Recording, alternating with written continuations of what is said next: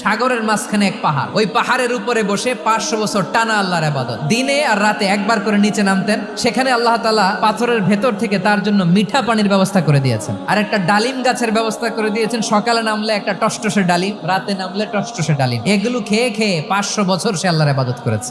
আল্লাহর দরবারে কিয়ামতের কঠিন ময়দানে যখন লোকটা হাজির হয়ে যাবে, আল্লাহ বলবেন 500 বছর ইবাদত করছে তো আমার দয়ায় আমার বান্দারে জান্নাত দাও। এই বান্দা বলে বালবি আমালি, আল্লাহ তোমার দয়া লাগবে কেন? আমি আমার আমল দিয়ে জান্নাতে যেতে চাই। আল্লাহ বলবেন তাই ঠিক আছে, তোমার 500 বছরের ইবাদত এক পাল্লায় রাখো। আর আল্লাহ বললেন আমি যে দয়া করে সৌন্দর্য দেখার জন্য তোমার দুটা চোখ দিয়েছিলাম, দুটা নয় একটা চোখ আরেক পাল্লায় রাখো। রাখা হবে, দেখা যাবে ওই 500 বছরের ইবাদত হালকা হয়েছে আর মুহূর্তের মধ্যে আল্লাহর দেয়া একটা চোখের নেয়ামত ভারী হয়ে গিয়েছে।